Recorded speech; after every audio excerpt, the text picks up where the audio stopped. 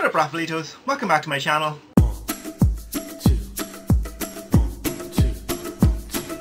Oh, this is my day. I'm ready to take it on, come what may. And it's been a while since I've actually given my update.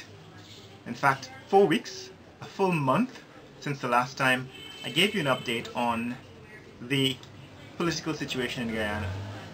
But we needed to wait for the situation to reveal itself, to become clear, because we did not have clarity for a very long time, because the government did not make a statement after the no confidence motion, and then when they did make a statement, they chose to reject it. And so it's now percolating through the courts. But the great update is that a lot has happened in the political arena. Several political parties have formed, and new presidential candidates have been selected by the various parties. And now we're in a position to report on, with some clarity, that there will be elections sometime before May or June 2018.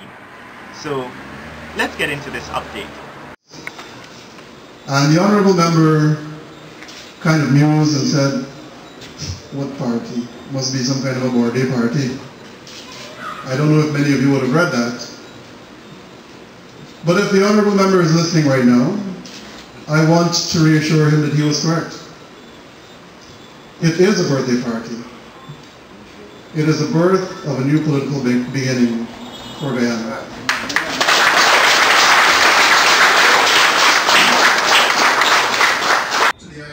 The person we just saw is Mr. Lennox Schumann.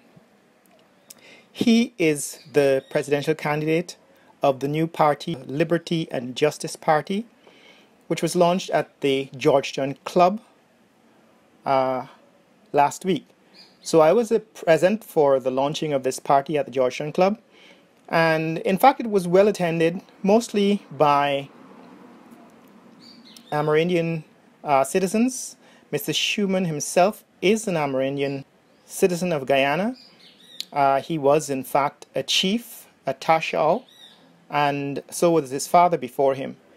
And the event was a mix of audience of participants of all races were present in the audience, although more than 50% were Amerindians, which leads me to declare this an Amerindian party, Liberty and Justice Party, but with a heavy Canadian influence, because Mr.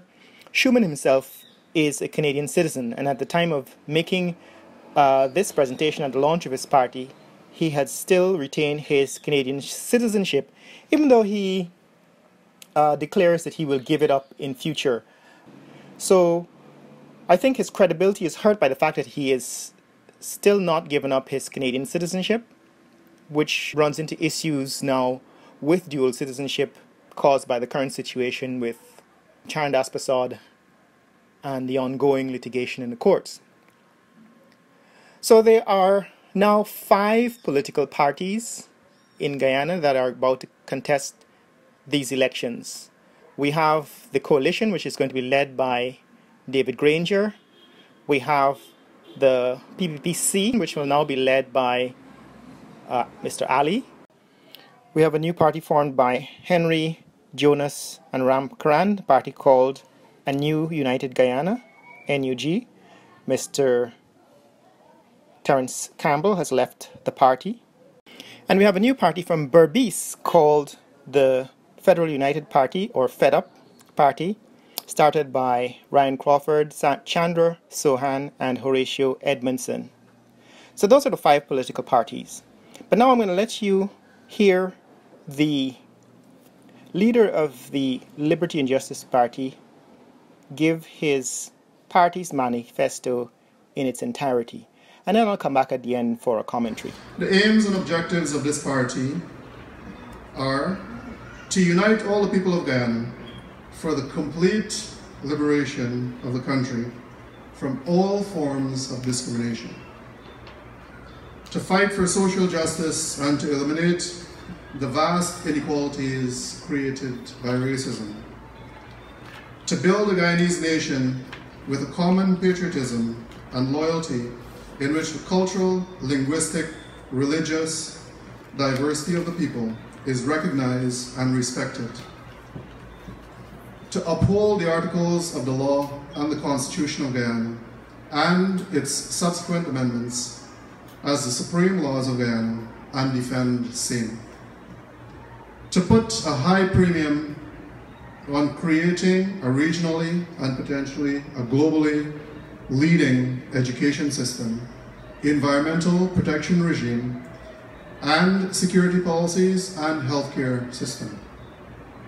To be transparent, accountable, responsible, open-minded, responsive, and pragmatic, and obviously sensitive and sensible in our approach to government and governance at all times.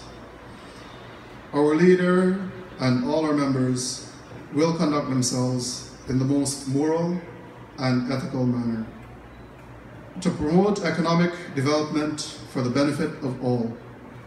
To support and advance the cause of youth emancipation.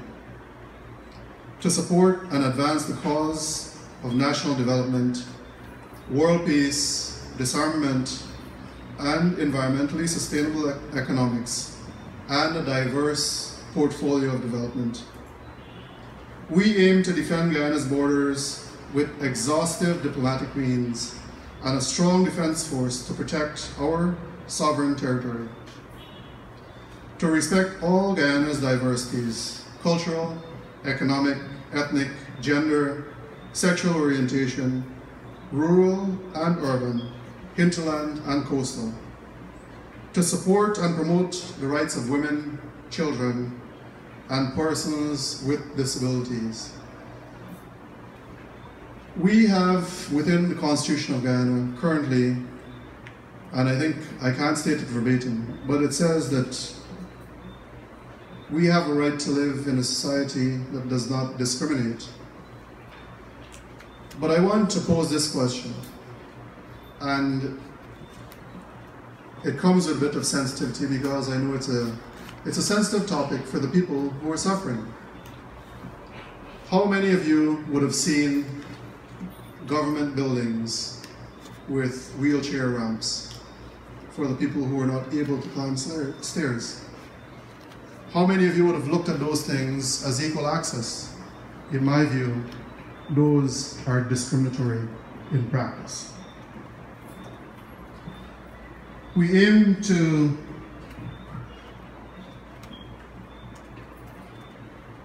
support and promote to recognize and respect the rights of our First Peoples and all other populations who were brought to our land of many waters under colonial rule.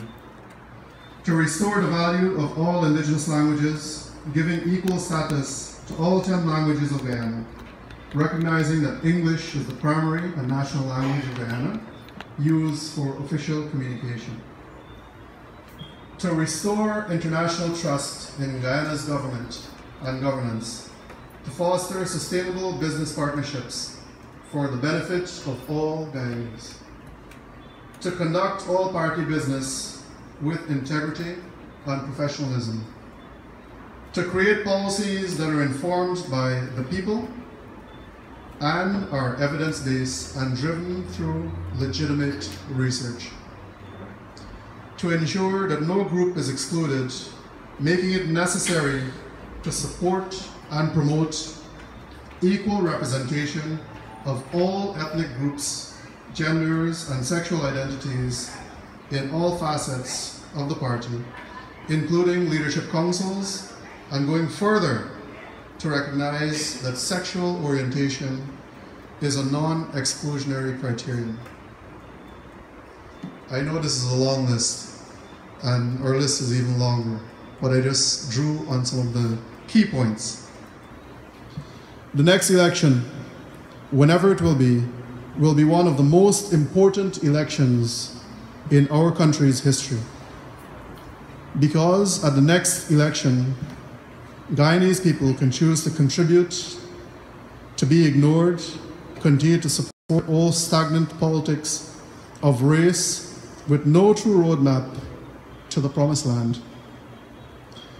And as I speak in front of you, there are people whose sole job is to dissect and obviously, in some cases, discredit my character. It is only to be expected. That is the politics that has evolved here.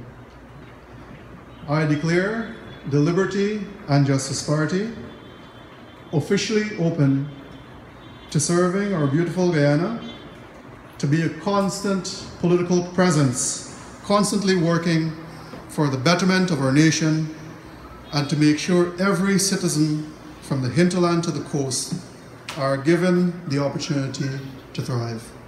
I thank you.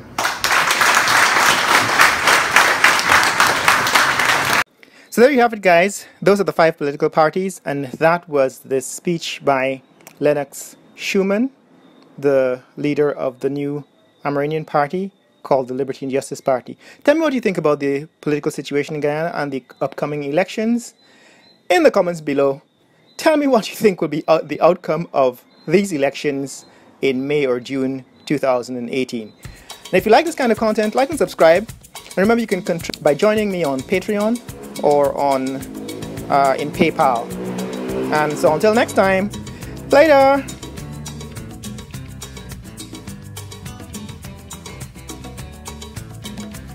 As she dances in the sunlight so bright, flowers in her hair, and the band is